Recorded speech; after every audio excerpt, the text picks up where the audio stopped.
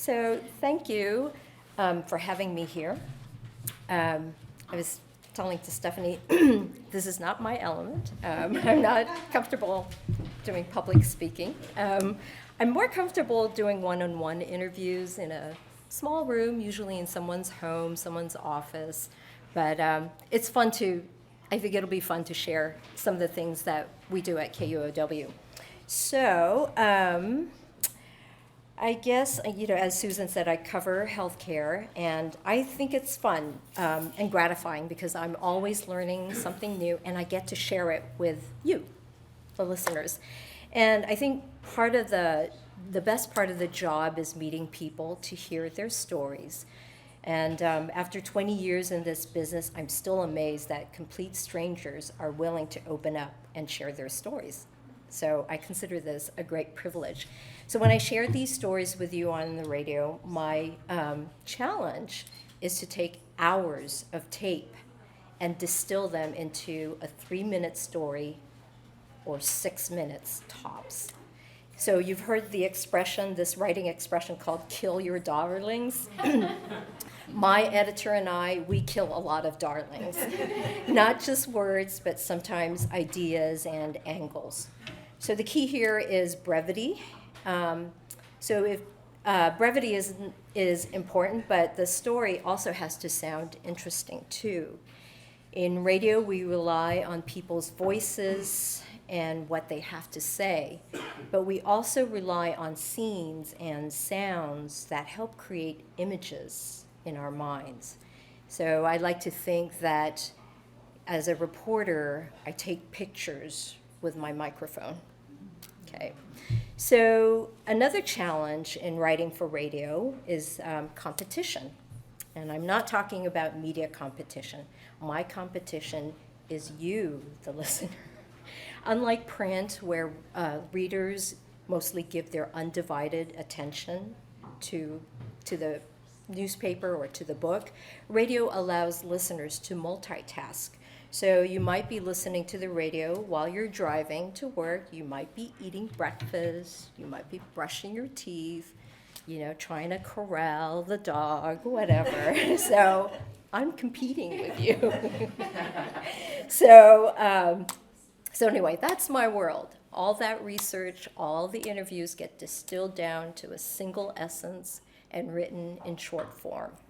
I had an editor who once said that writing for radio feels like writing haiku, but they often end up sounding like limericks. So, but we try. So I want to share a couple of stories to kind of give you an example of some of the stories that I write that involve big ideas. The first one is about racial disparities in healthcare. Specifically surviving cancer. And racial disparity is a big topic. I mean, how do you start, right? So in this case, we decided to focus on one idea, which is to focus on lack of emotional support. When you don't have emotional support, it can affect cancer outcomes. So in this story, we hear from a woman named Charity Jaconia. She's an African immigrant who felt very isolated after being diagnosed with breast cancer. So we'll start with Harold, who was kind enough to read the host intro for us. Okay. Getting cancer is bad enough, but for African Americans, the odds of surviving are lower than whites. One Seattle group is trying to change that by building community support for Black cancer patients. From KUOW in Seattle, Ruby Luna reports. Okay, great, thank you. All right, so that's the host intro. A little over a year ago, Charity Jaconia was diagnosed with breast cancer. She read everything she could to better understand the disease, but she had no one to talk to until she met Bridget Hempstead. Whoa, sexy mama, look at you. Hempstead runs a support group in Seattle for African American women with cancer. It's called Sierra Sisters. She's been a mentor and friend to Jaconia for a little over a year now. Hello, how are you? I'm good, how are you? I'm good. I'm sorry I'm late. So this is a scene, okay, of them meeting. They're visiting. I met Jaconia at Hempstead's home. They talked about their first meeting at a coffee shop. I wanted to know if I was going to make it. I wanted to know if there were people that made it that I could speak to or hear their stories.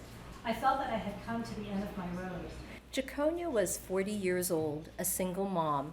She says she was afraid chemotherapy would kill her and leave her 2 children orphans. Do you remember your advice to me? Yes, I remember my advice is that don't give in to fear. And yes, you will live. Yeah, we're all gonna die one day, but it won't be today. Hempstead, like Jaconia, is also a single parent. She had been in the same spot as Jaconia in 1996 when she was diagnosed with breast cancer. And I told you that we're gonna have the best doctors, have all the information that you need so that you can feel empowered and to be able to survive the disease. Hempstead also suggested getting a second opinion. For Jaconia, that was a revelation. That was really news to me. It's hard to surrender your life to the hands of one man, his decision. Jaconia says this practical and emotional support has helped her, and it's inspired her to share her story with other African Americans. When you do find another Black woman talking to you about cancer, you begin to realize that it's real. And if they can tell you that they made it, then you can make it too. And there's some things only another Black person could understand, said Hempstead. For example, chemo or radiation tend to affect Black women in different ways. Her skin is ashy and her nail beds are turning black. There's no way that a white woman can say, oh, I have that same experience. Hempstead wanted to create a safe place where Black people could talk because cancer is seen as a death sentence in their community.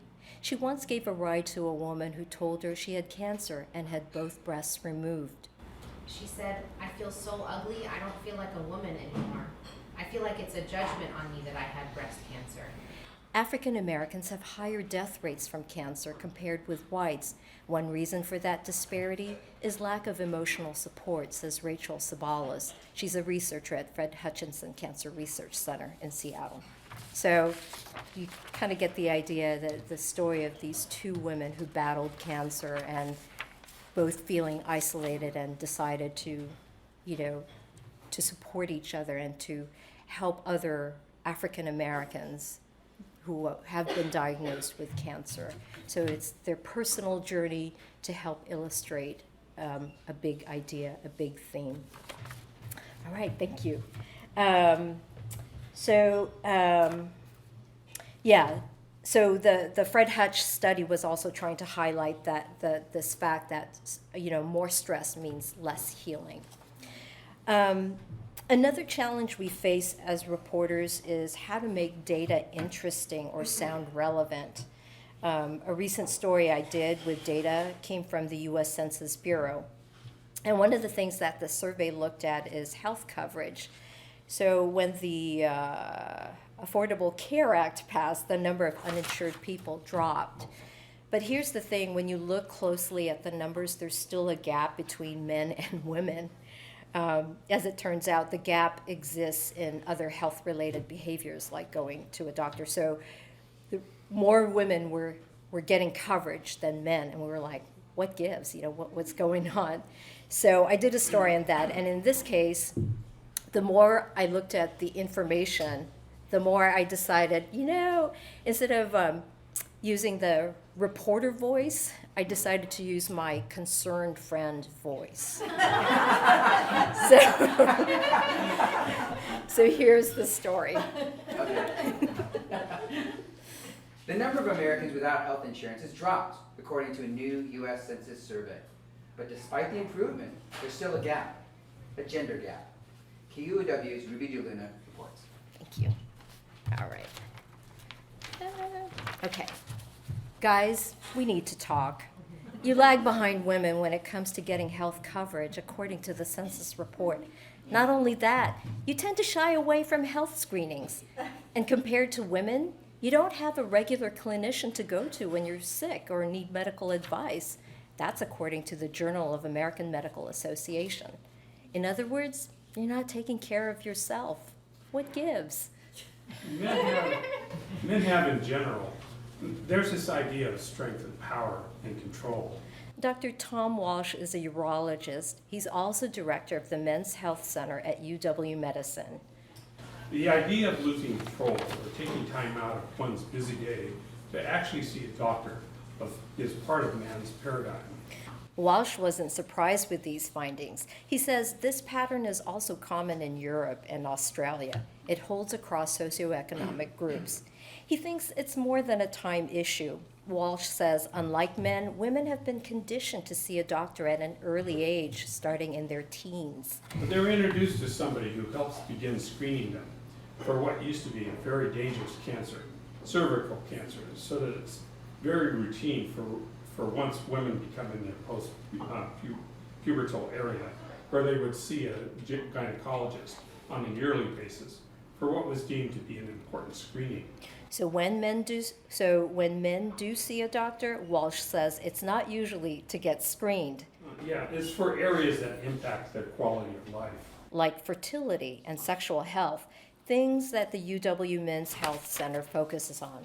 That was part of the idea of creating the clinic to begin with. Once they're in the door, Walsh uses the opportunity to refer them to a primary care person for the routine stuff. Walsh says there may be other reasons why men hesitate to seek care. It could be fear of bad news. It could be a sense of resignation that doctors don't do anything or won't do anything. But here's something to consider. Men are more likely than women to have diabetes, high cholesterol, and men tend to die at a younger age. So those are two examples of the work that I do. And as a reporter, I get to tell other people's story, but I rarely tell mine. But about 10 years ago, I wrote an essay that was part of a writing exercise at a journalism workshop in Florida. And one of the instructors, Howard Burkus, you might be familiar with his name, he submitted this essay to NPR, and it ran on Father's Day. So tonight, I'd like to share that with you. Mom and Dad split up on my 16th birthday, but even after the divorce, they continued to live in the same apartment. They saved money that way. Before the divorce, Mom cooked our meals. Now, Dad had to fend for himself. He started experimenting, trying to recreate dishes from his homeland, the Philippines. My sister and I noticed the new smells coming from the kitchen. First, he made chicken adobo, simmered in soy sauce, vinegar, and garlic. It was pretty good. Later, he developed his own version by adding an egg after the chicken cooked. My sister and I were impressed with the food. We were even more amazed with Dad's newfound talent. He made menudo, cute pieces of pork and potatoes in tomato and raisin sauce. Kare-kare soon followed, which is beef and eggplant in a peanut stew. Delicious. One time we followed the smell of garlic and onions to the kitchen, where Dad greeted us with a big grin that only meant triumph. He let us taste his latest creation, paksiw na bata, braised pork knuckles in a sweet and tangy sauce. I remember my first bite. The meat was tender, falling off the bone. It practically dissolved in your mouth. Mom noticed we were spending a lot of time with Dad. She saw how excited we were about his food, for good reason. Dad's food was good. Mom's wasn't. Her cooking philosophy was unconventional. She didn't wash her pans. And it's not because she was lazy. She believed the flavor was found in the brown bits at the bottom of the pan. She would cook meat in the leftover oil and soy sauce, then serve it over rice.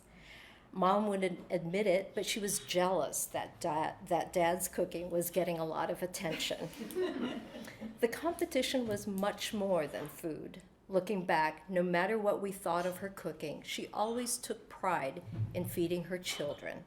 It was the ultimate expression of being a mother. She had already lost a marriage. Now it seemed she was losing her children. We learned to hide our eagerness when Dad cooked, but we still asked him what he was planning to make that day. Dad ate alone, but when he finished, he'd leave us some food on the table for us. Mom pretended not to notice. It went on like this for months. Finally, Mom decided to move out. There were a lot of reasons, and I don't remember them all, but maybe she decided she couldn't bear to watch as she slowly lost her children to food. When Mom left, my sister and I stayed behind. Thank you.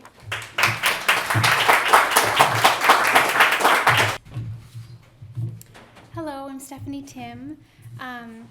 Thank you, Katy, Susan, and Harold for having me. I'm going to, so I'm a playwright. Usually I have actors reading my plays, but tonight I'm going to give it a go. So this is a short play called Secondhand Dress. The setting is a bus stop. Sorry to bother you, but... Me? Sorry. What? Yes, hi. This is gonna sound strange, but I think that's my girlfriend's dress. Your girlfriend's dress? No, I bought this dress. I paid for this dress. Was my girlfriend's dress. Obviously, it's not my girlfriend's dress anymore because you have it. Okay, phew. I thought you were accusing me of stealing it or something. No, of course not. No, can you imagine? Thief, I'm taking that dress right now. Oh, that would be funny. The stolen dress police. See those retro mushroom-shaped patches right there? She sewed those on. She liked to do that, to sew patches on things that didn't need patches. And she liked the 50s, vintage 50s stuff. Anyway, I'm sorry to bother you. I like the little mushroom thingies. That's why I bought it. Funny, well, I'm glad she got rid of it so I could find it. Tell her her dress found a good home. She died. Died? Holy shit. She's been dead a year. Are you serious right now? I'm wearing a deceased girl's dress. You should have told me that first thing. My grief counselor said it was time to give away her stuff, so I put all her dresses and clothes and vintage shoes into white garbage bags because I don't have any boxes, and I dragged the garbage bags on the bus with me because I don't have a car, and I got a lot of dirty looks because I was taking up all the handicapped and elderly seating, and I'm not handicapped or elderly. I took the bus to 125th and dragged them 5 blocks to the Value Village, and I dropped them off. I thought I'd cry all the way home, but I didn't. I felt okay, like there was closure. It was almost like what I imagined scattering her ashes would feel like. I mean, I didn't get to do that because her parents did that and they never liked me.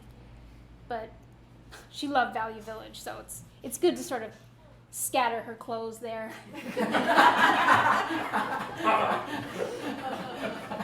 Then this must have been hers then, because that is where I bought this dress, the Value Village in Lake City. What a strange coincidence. I mean, I guess there's always a chance that when you shop at Value Village that you're buying something that belonged to a deceased person, but, well, she probably bought it from there too. I mean, that dress might have been worn by another deceased person, as you say. You're crying. I'm sorry. No, it's fine. Do you want a hug or... No, I'm okay. It just hits me once in a while. It's gone now. I'm good. Do you want it back? No, My grief counselor says the point is for me to not remember. The point is to forget. Wow, well, I'm really sorry for your loss. Thanks. Thank you. I mean, I should have said that first thing. I'm sorry. I'm really bad with tragedy. I never know what to say. Anything death-related, I just want to run away. Anything like actual death or close encounters with death. And if I'd thought of it before about secondhand clothing and death, then I get it. You're not expected to... I'm just some random guy at a bus stop. I shouldn't have burdened you with... Well, I'm a random girl at a bus stop wearing your deceased girlfriend's dress, though. I mean, if I were you, I would have said something, too. Do I look like her? Nothing like her. I mean, same basic build, but other than that, no. Oh. Your voice is like hers, though. So, like, if you closed your eyes and I spoke, you might think I'm her? Maybe. So, if you closed your eyes and ran your fingers over the seams of the little mushroom-shaped patches, you might think she's here? Maybe. I have a boyfriend. Of course. I'm not, you don't think, no, but I just wanted to put that out there since we're sharing about your girlfriend, and good God, is the bus 348 ever gonna come? Well, according to this, it's supposed to be leaving 85th, like right this minute. And my boyfriend lives in that building right there. He works on Sundays up north, so I'm busing it home. Really? I live in that building. Are you serious? I am very serious. You were gonna say dead serious. Yes, but I knew that would make you uncomfortable. Ha, you know me so well. Well, okay, but you living in my boyfriend's apartment building is weird. Another very weird coincidence. It's a big building though, lots of apartments. Not that big. It's not that big of a coincidence. We're standing at a bus stop 2 blocks from my apartment building. It would be a big coincidence if we were both on the south end waiting for a bus. And we discovered that I lived in the same building as your boyfriend while you're wearing my dead girlfriend's dress. Can you stop saying dead so much? Maybe I've run into him in the laundry room, your boyfriend. Maybe I've run into you in the laundry room, but we just had no reason to notice before this. Do I look like him? Nothing like him. Same basic build, but other than that, no. Oh. Your voice kind of sounds like his, though. So if you closed your eyes and clasped your hands around the back of my neck and I whispered something into your ear, you might think I was him, that he was here? Maybe. You know, this would make a great origin story for a couple. What do you mean? Right now, this moment we're having, I mean, what if we started seeing each other and fell madly in love? Then what if you asked me to marry you one day?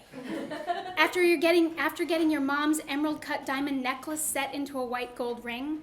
And then what if I said yes? And we took a whole year planning a really big wedding that we can't really afford. But we think, hey, whatever, it's the biggest day of our lives. So we get into a bunch of debt, and I look beautiful coming down the aisle in the perfect wedding dress, and you cry, and I have a bouquet of dahlias, and I tell myself I'm not gonna cry. But when our friends start reading sonnets and things they wrote for us, I just totally lose it. And then, what if we bought a house we couldn't quite afford, but it's so cute, and it's a fixer, and we get rid of all the old wallpaper and paint the walls bright colors to combat the gray outside, and it has the perfect fenced yard. So what if then we decided to get a dog from the pound, because there really are so many suffering animals out there, why get a brand new puppy? So we get the dog, and she's so sweet, and we walk her every day and talk about her like she's our child. And then what if all our friends start having babies, and then I get baby fever too, and we decide, let's go for it. I get pregnant, and I love being pregnant, and I read Ovid's Metamorphoses to the fetus because I read in some literature I got from the doctor that babies can hear a mother's voice in the womb. And then we find out it's going to be a girl.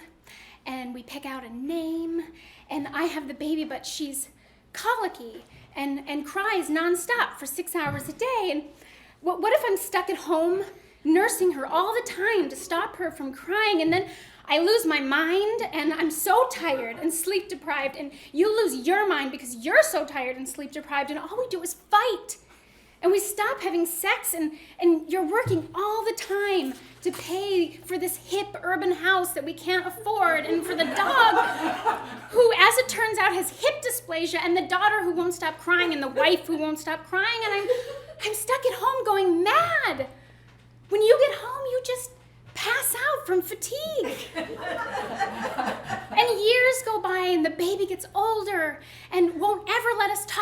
another without interrupting. Look at me, Daddy. Look at me, Mommy. And then one day, we wake up in the same bed and realize we are perfect strangers. that we haven't made love or said, I love you, or been loving to each other in years. And the only way to salvage our relationship is to completely start over somehow. You want to start over? I don't know. You're a perfect stranger, but I miss you terribly. Me too. Well, hi. Hi. I'm Emmett. I'm Coriel.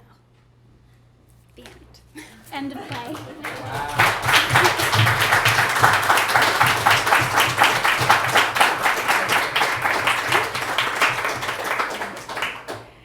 What I love about plays is the power that dialogue has to evoke everything. It's what the characters are saying and doing that's the foundation for the story. Character, situation, world, it's the dialogue that's the primary tool that evokes these things. Theater in its purest form is actors speaking dialogue. And I love that plays and theater, it's an evocative art form. And it becomes this kind of beautiful collaboration with the audience, who then sort of fills in the silences and the black space with their own imagination. In this particular play, I tried to set up a situation and a reality in the beginning with the dialogue in the beginning, and then suddenly shift that reality and kind of pull the rug out from under the assumptions that I set up in the beginning. I love writing plays, and I want everyone to write plays. I think everyone should be a playwright. So this and every month what we do is we invite in a local independent West Seattle business and see if there's someone on staff there who has a favorite poem. And this month it's Elliott Salon. And Elliott Salon, if you don't know it, if you haven't been there, is located on beautiful Alki Beach. So you can go out with your new hairstyle and be right there on the beach with the wind going through it. Something funny happened when I tried to capture Carolyn Elliott's bio. It became redacted. So I've never had that happen. I don't know if there's something about the salon, that there's something about Carolyn that we're not supposed to know.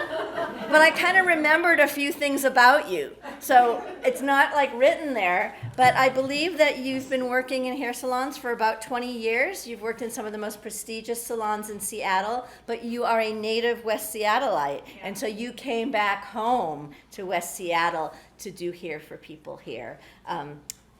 And I think that's all I'll say. I'll invite you up, and if you want to tell us why it's your favorite poem and read it, that would be great.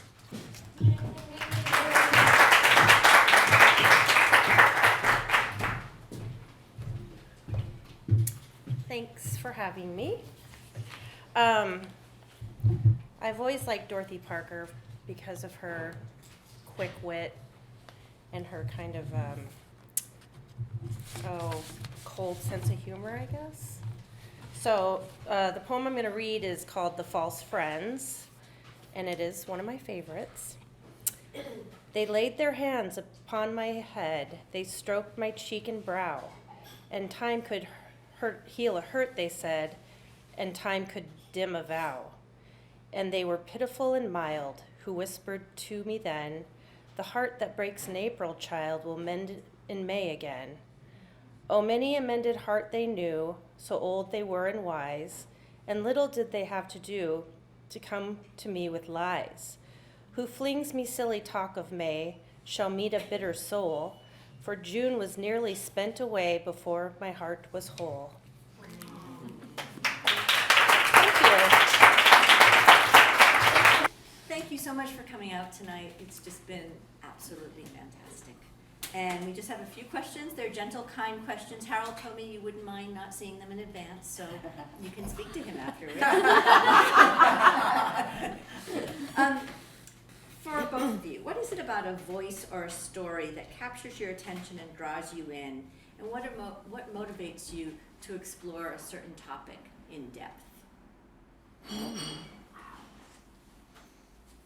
You know, I found that I'm drawn in by topics and things that that either really make me mad or just are absurd and make me laugh. And I find, you know, things out there in the world, songs and stories, and it's like those things that capture my interest and drive me to explore further through writing about them.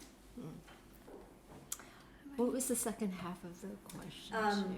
What motivates you to explore that topic in depth? Okay. That's really hard. No, I'm drawn to voices from people who have different experiences than me, who would help me understand what it would be like in their shoes. And it's my hope that by sharing their stories, that it would also put people in our listeners in their shoes, and that's what draws me, and it's their voice, and that's what we strive to do, is to kind of present different people from different walks of life, different ideas, may not always agree with or may not always feel comfortable with, but yeah, I'm drawn to that. Thank you.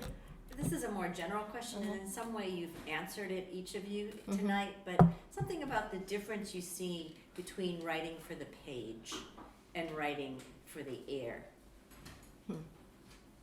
Well, Ruben and I were just talking at the break about the human voice and how there is something just very intimate and also primal about it. You know, I mean, I feel like just on our lizard brain animal selves, you know, there's something about rhythm and cadence and tone, you know, and the words that we're sort of, I don't know, relating on a primal level. I mean, on an intellectual level, because there's words involved also, but I don't know, I feel like it also engages, you know, our primal self as well somehow. I would agree, and there is something about it, you know, as Stephanie said, it's so intimate that it's not just what people say, it's how they say it, the tone, it's the quality of their voice. Is it raspy? You know, is it sweet? Is it low? I mean, it just conveys so many images, emotions, and it's what draws us. I mean, going back to the days of gathering around the fire, you know, you don't need a lot. You don't need pictures. Yeah. You could just bring out different characters through their voices. And I think that's why we're so drawn.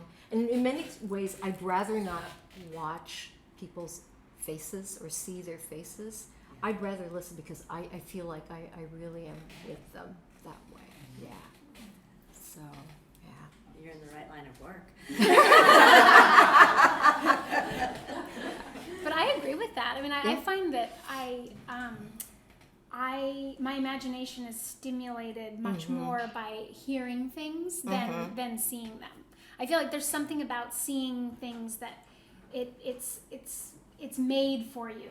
You're stepping into someone else's sort of literalization of something, or you're stepping into someone else's picture as opposed to filling in with your own picture, you know? Right. I think with you, with your work, with your writing, you do a lot of heavy lifting. I think because you have to write the dialogues, right? Me, I connect I pick out cuts, I pick out quotes from people. That helps me tell the story. So it's my job to help these dialogues connect into something coherent. You know, I think you've got the tougher. I don't know. Yeah. So. I just thought you guys should collaborate together. I have some projects. Speaking of, what's a favorite project that you've done?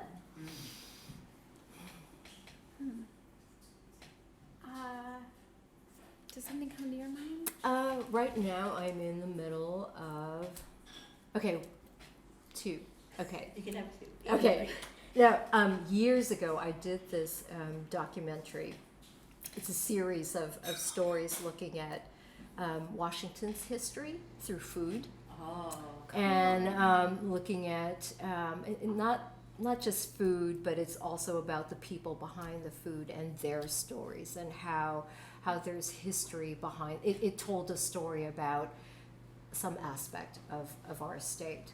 So there's that was really fun. And right now I'm in the middle of it's an ongoing series about aging and dying, and there's beauty and sadness and also beauty about talking about dying, and it can be very touching and moving. So it doesn't have to be sad all the time, but yeah, there's something to be learned from that. So. And I feel like we don't talk about it. Right. In general. Right. You know, right, that right. it's sort of like this taboo topic because we're all afraid of Exactly. it, you know? Exactly. And what's fun about this project is that the people I've spoken with are not afraid to talk about dying, and they're hoping that other people won't be afraid to talk about dying, how they want to go. So. That's interesting. Well, I guess my favorite project or play that I worked on was my recent play Tales of Wasps, which is about a philandering politician, and it Something to choose from. time Yeah. is, unfortunately, no. Yeah, but what was fun about this project is it's I'm interested increasingly in sort of I don't know, exploring the voyeuristic nature of theater, you know, and how it's even more voyeuristic than television because you're there with the human beings, you know, like you could reach out and touch them, and so this particular play takes place in a series of hotel rooms, and the way that the set was designed, we did an act theater in a non-theatrical space that looked out onto 9th Avenue. It actually looked out onto the Marriott Hotel.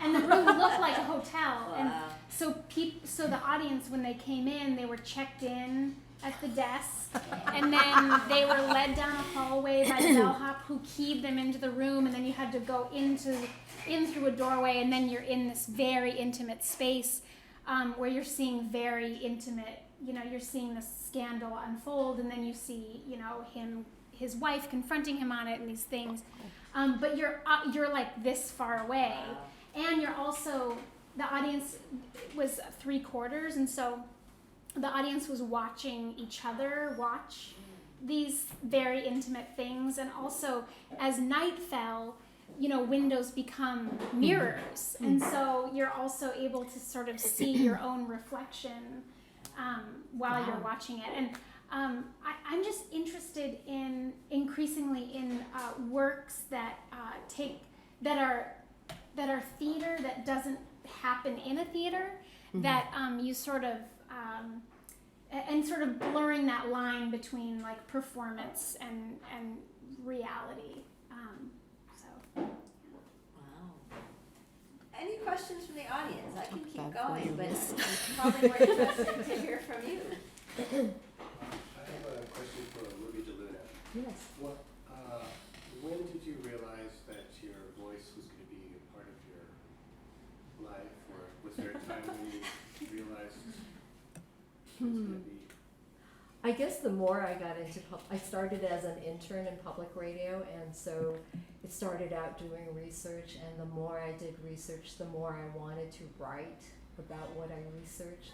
And so the more I did that, the more I felt like I want to write, because it seemed like a cool thing to do. Your voice followed. I guess, yeah. And you know the interesting thing about writing can be fun, it's great. I love the collaborative part. I love meeting people. I love, hearing people's stories, sharing those stories with my editor, and then we work on our outline. And but when it comes to writing, it's such a lonely process. It is. Isn't it? Even when Is you it? have collaborators. Yeah. Yeah. So yeah. I like that too about you mentioned collaboration, and that's what I love about writing for theater is because I agree. I feel like at some point writing is lonely, but with a play, it isn't meant to live on the page, and so at some point you get to like leave your lonely room, and work with actors and a director, and a playwright is just creating a blueprint, not building the house, and so then there's that wonderful, my favorite part, when you leave the room with the script and you get to be in conversations with the actors who are trying to make sense of things, and Right. But yeah, that collaborative part of it is so great. Yeah.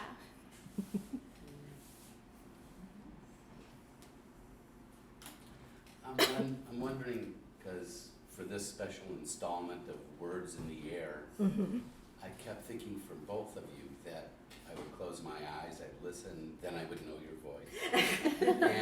and I suddenly was remembering that my favorite literary event was reading my daughter to sleep at night. Oh, yes. So my question for you is, so I wasn't read to. My question for you both is, were you read to sleep? I don't think so. You No.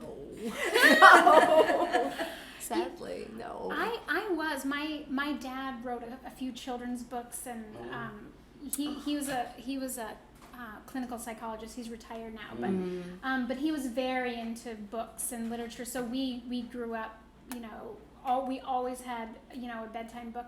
But then also, I remember I had this little. So when I got kind of too old to have my parents read to me, I still had.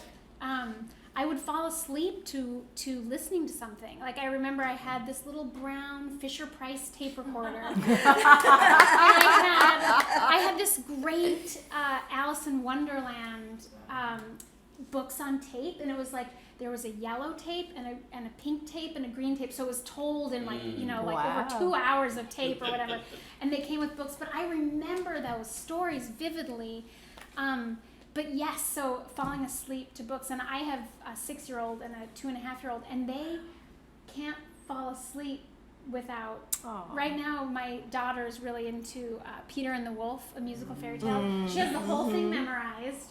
And my son, I downloaded this audiobook from the library that has 50 fairy tales, and he listens to like the first 3 and then he falls asleep, but he has those first 3 memorized, and they're just so vivid for him. And I think seeing those pictures in your head as you're falling, it helps you fall asleep. That's what I got from both of you. Yeah. Well, thank you so much. Let me just say that today is Alfred Nobel's birthday of the Nobel Prize. And if we could give a Nobel Prize for Words in the Air, it would be to both of you. Thank you.